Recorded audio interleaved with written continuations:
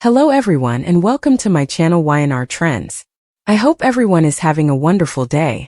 Before we begin, please hit the subscribe button and give this video a thumbs up.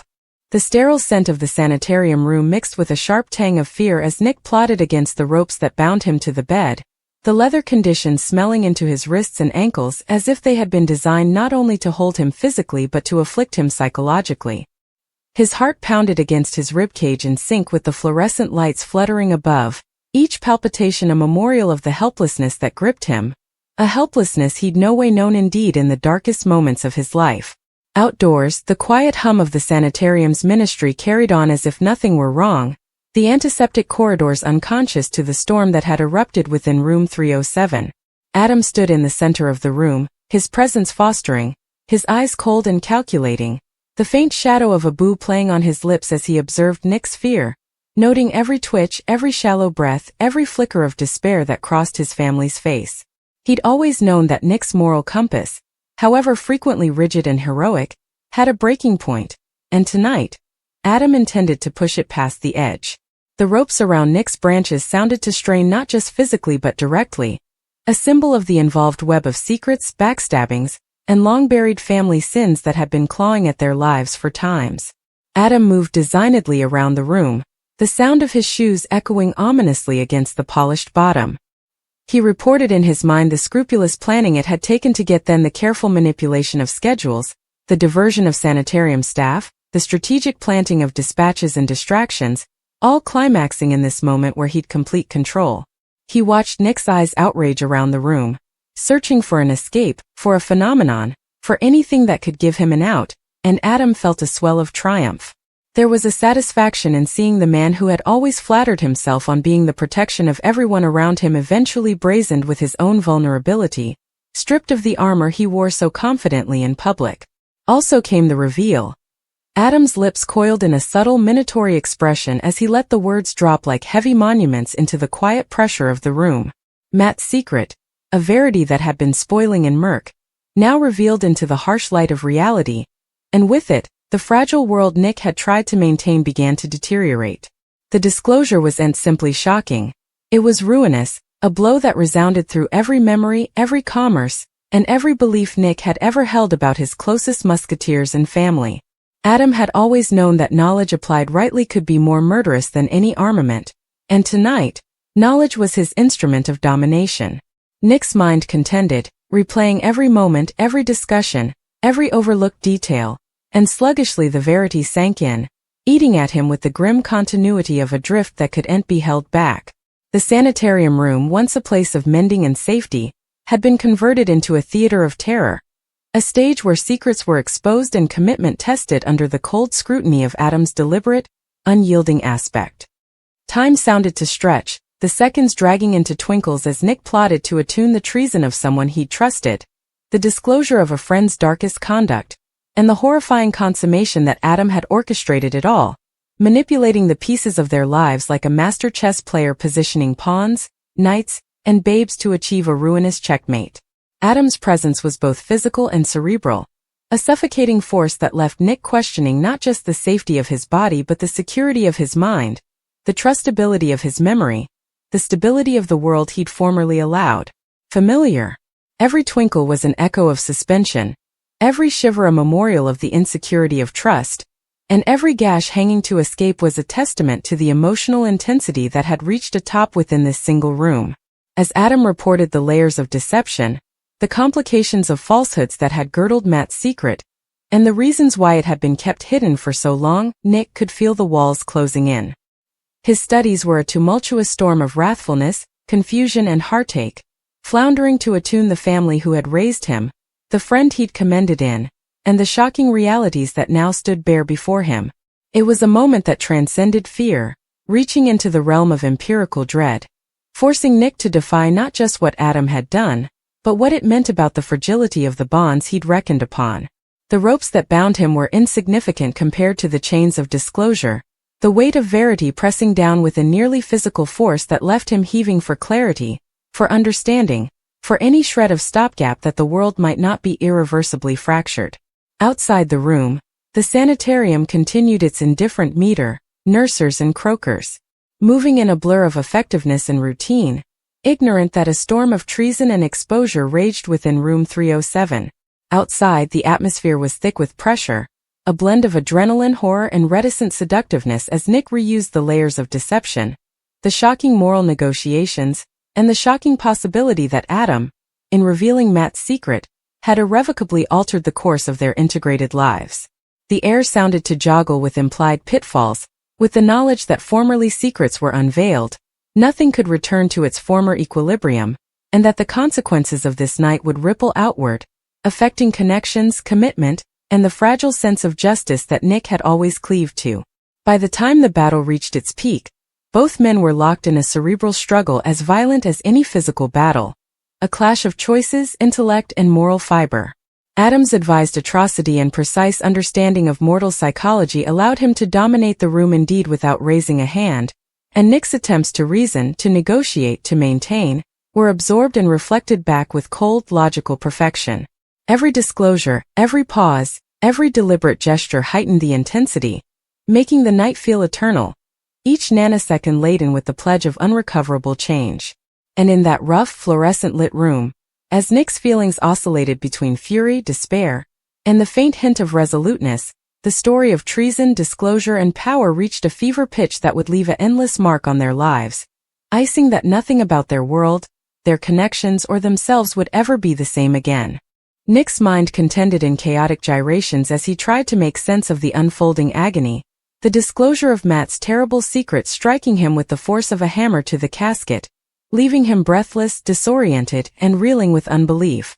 Each twinkle palpitated sorrowfully in his cognizance, the sound amplified by the room's stark silence except for the occasional mechanical beep of a heart examiner, reminding him that despite the terror, life persisted in this fragile, precarious form.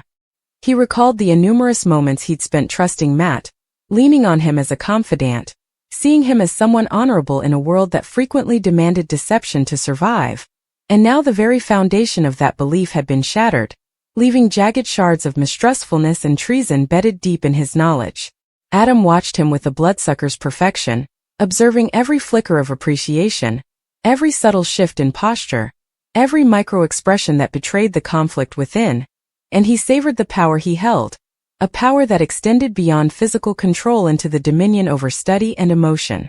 In Adam's eyes, the ropes were a trivial instrument compared to the intricate web of manipulation and cerebral torment he'd woven, and he burrowed, in the certainty that this night would leave scars no physical crack ever could. The secret itself was monstrous in its counter-accusations, twisting Nick's perception of once events and painting his recollections in a palette of mistrustfulness, fear, and aversion. He plotted to attune the familiar image of Matt with the dark reality Adam had unveiled, the contradiction of who he allowed Matt was and what he'd done now hanging to trip the moral macrocosm Nick had precisely constructed around him. He allowed. Of the innumerous opinions he'd made, the ways he'd defended musketeers and family, the moments he'd acted with integrity, and he wondered if any of those choices had been grounded on verity or vision.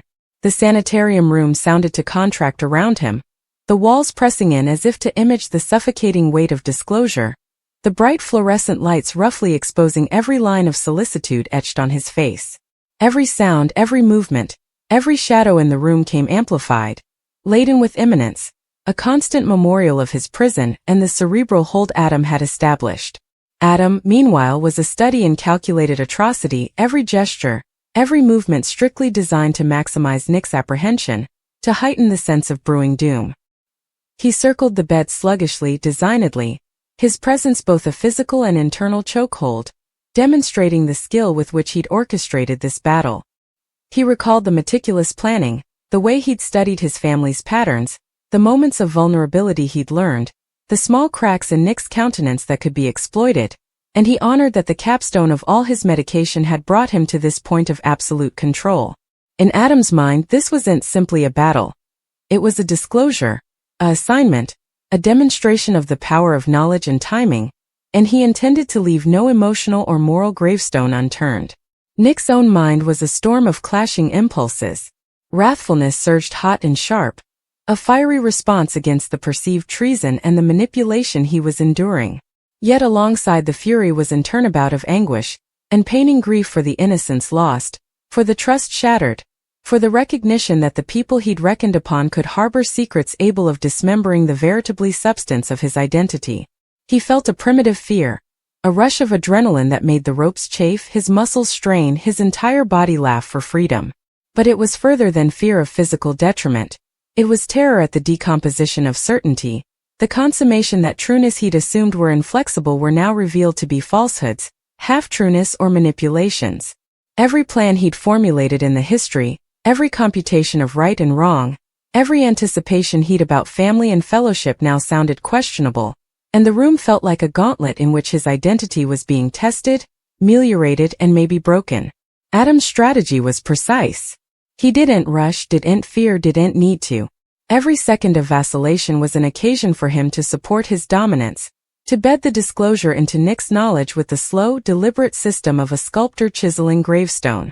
He reported moments from the history, recalling incidents that Nick had no way questioned, showing them now in a new light, connecting blotches that had sounded inconsequential at the time but now revealed a minatory pattern. Nick plotted to absorb the full extent of what he was hearing, his studies looping endlessly, his feelings oscillating between rage, unbelief, and a eating sense of helplessness. He felt a sickening treason, a dizzying combination of particular and professional shock, the kind that rendered a person nearly paralyzed, unfit to act, unfit to respond, caught in the gravitational pull of moral chaos. Time stretched thin. Minutes felt like hours as the internal hall of war continued, Adam's steady control pressing against Nick's fraying countenance. Memories Nick had formerly considered ordinary were now tainted with dubitation. Gestures that had sounded benign now carried the weight of retired dockets. Every fellowship, every alliance, every word spoken and implied between Matt and Nick was now subject to reinterpretation. He felt as though the ground beneath him had shifted, as if the veritably laws of trust and fidelity were no longer fixed, leaving him teetering on the edge of despair. His palpitation contended, his casket tensed, and yet nearly deep within, a stubborn spark refused to extinguish, a spark that would, despite everything, hunt for verity, for redemption, for a path through the maze of falsehoods and exposures. Adam's approach was regular. He exploited every subtle sign of emotional weakness, knowing exactly when to break, when to allow silence to mold, when to push harder with a detail that would enkindle mistrustfulness or horror. The ropes that held Nick came further than conditions. They were symbols of the broader ruse that knowledge and treason had assessed. Nick's mind was a battleground, with recollections colliding against exposures, fidelity against moral outrage, and the stark reality of Adam's unity pressing like a weight on his casket. He felt exposed, vulnerable, his mind contending through 1,000 academic scripts, wondering what had been manipulated, what had been real, and what consequences awaited once the verity was completely digested. As the hours stretched on, the dynamic in the room came nearly unsupportable. Nick's muscles pained from the unnatural position, but the pain was secondary to the emotional risk, the grim internal strain of recycling Matt's secret while Adam maintained his nipping countenance. The reality that Adam had achieved complete control eroded at him, a constant memorial that trust had been weaponized, that knowledge could be as dangerous as any physical trouble, and that the bonds of family and fellowship could be as fragile as glass when brazened with the darkest trueness. Yet within the terror, within the rising fear and the crushing weight of treason, Nick tasted the motions of resoluteness, a quiet determination forming beneath the storm, a recognition that survival would bear clarity, cunning, and an understanding of the very forces that sought to undermine him. The disclosure's counteraccusations were far-reaching. It wasn't simply a secret about Matt. It was a disclosure that hovered to unravel connections, destroy alliances, and alter the moral compass of those closest to them. Nick considered the broader consequences, imagining the shockwaves that would ripple through Genoa City, the reverberations through family, musketeers, and professional circles likewise. He understood that Adam's conduct weren't simply particular. They were strategic, a calculated move to destabilize, to ply power, and to assert dominance in ways that extended far beyond the confines of the sanitarium room. And yet, amidst the chaos and fear, Nick honored a path forward, a splinter of control that remained within him, understanding, tolerance, and the eventual reckoning that would come. Formerly the immediate storm had passed. Adam, for his part, remained perplexed by the emotional turbulence, observing with detached satisfaction as his family's internal struggle unfolded in real time. He'd orchestrated every step with perfection, understanding mortal psychology in a way that allowed him to manipulate not just conduct but feelings, to turn fidelity into mistrustfulness, trust into dubitation, and moral certainty into agonizing nebulosity. Each pause, each regard, each measured step around the sanitarium bed corroborated the cerebral dominance he held, and he understood that the full impact of Matt's secret would continue to resonate long after the ropes were removed and the immediate battle ended. By the time the night reached its apex, the sanitarium room had come a gauntlet of emotion and intellect, a place where verity and deception collided in a violent, implacable storm. Nick, though bound physically, began to untangle the cerebral chains, fating that while Adam could manipulate knowledge and control the terrain, the inner strength, adaptability, and moral judgment he held remained complete if nurtured and exercised. He felt a grim determination, a recognition that while this night had shifted the dynamics irreversibly, it hadn't destroyed the substance of who he was, nor the capability to act with intelligence, courage, and strategy in the fate. Hours laterally, as the pressure reached its meridian, the room sounded suspended in a liminal space between disclosure and consequence. Nick's mind contended with possibilities, the counter-accusations of Matt's secret stretching in every direction, impacting opinions, connections, and the veritably fabric of life in Genoa City.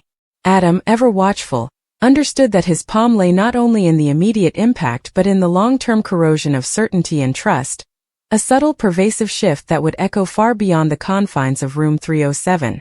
And yet, amidst the despair, fear, and disclosure, the narrative of adaptability, strategic thinking, and moral reckoning began to crop, a story that would continue to unfold with intensity, consequence, and the ineluctable collision of verity, fidelity, and justice.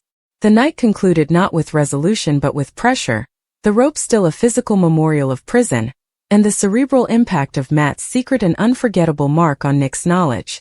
In the fluorescent-lit sanitarium room, the events of the evening had reshaped comprehensions, challenged hypotheticals, and laid the route for unborn competitions, reckonings, and the grim pursuit of understanding in a world where family, fidelity, and verity were constantly in flux. As the first light of dawn crept through the hangouts, casting harsh lines across the bed and the two sisters within the room, it was clear that lives had been altered irrevocably, and the story of treason, disclosure, and cerebral maneuvering would continue to define the path forward for all involved, leaving a lasting imprint on the very soul of Genoa City. Nick's mind was still reeling from the enormity of Matt's secret, the weight of it pressing down like an unnoticeable hand, making it hard to breathe, to concentrate, to believe that life could ever feel normal again. Every detail Adam had revealed replayed relentlessly in his studies, each one eating at his sense of security, each one ringing familiar recollections into commodity unrecognizable. He allowed of Matt, not just as a friend, but as someone he'd trusted implicitly, someone whose fidelity he'd no way misdoubted. And now that trust had been shattered, leaving a raw, paining emptiness where certainty had formerly lived. The ropes that bound him were no longer the main source of his prison. It was the knowledge, the treason, the consummation that Adam had manipulated not only his body but his mind with nipping perfection. Adam dallied near the bed, his posture calm, nearly casual, but every movement carried intent. He understood that the damage had been done, that the cerebral shift had begun, and that Nick's struggle to reuse the disclosure was exactly where Adam wanted him. The silence in the room was suffocating, pointed only by the steady beep of the heart examiner and the occasional creak of the sanitarium bed. Nick's studies contended with questions, allegations, and flashes of wrathfulness, but beneath all of it was a stewing determination, a turn down to be fully broken, a need to reclaim control indeed in the face of manipulation. For a moment, Nick's fear gave way to clarity.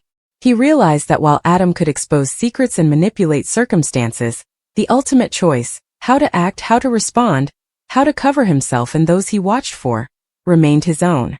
The disclosure about Matt, terrible as it was, could be used as a catalyst rather than a chain. He began to collude the room in his mind, noting escape possibilities, internal contingencies, and how he could work the information he now held, allowing several way ahead indeed as Adam's aspect bore into him. Indeed, as the immediate peril of the ropes and Adam's presence impended, Nick understood that this battle marked a turning point.